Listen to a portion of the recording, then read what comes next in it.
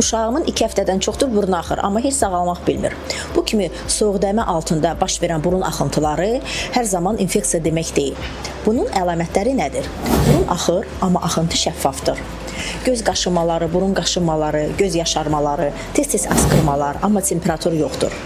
Və xüsusilə də belə bir hal hər yaz təkrarlanırsa, bu artıq təsadüf deyil. Bu, allergik rinitin əlaməti ola bilər. Müalicə olunmadıqda nə kimi hallar baş verə bilər? Proses xronikləşə bilər və il ərzində daha tez-tez təkrarlana bilər. Və əsas məqam, əgər uşaqda əlavə olaraq gecə öskürəyi, nəfəs darlaması, nəfəs zamanı fit verici səs varsa, bu artıq bronxların prosesə qoşulmasını göstərir və bronxial asmaya zəmin yaradır. Əgər sizin uşağınızda bu əlamətlər varsa, vaxtında qiymətləndirmək üçün həkimə müraciət edin. Çünki düzgün diaqnoz uşağınızın rahat nəfəsi üçün vacibdir.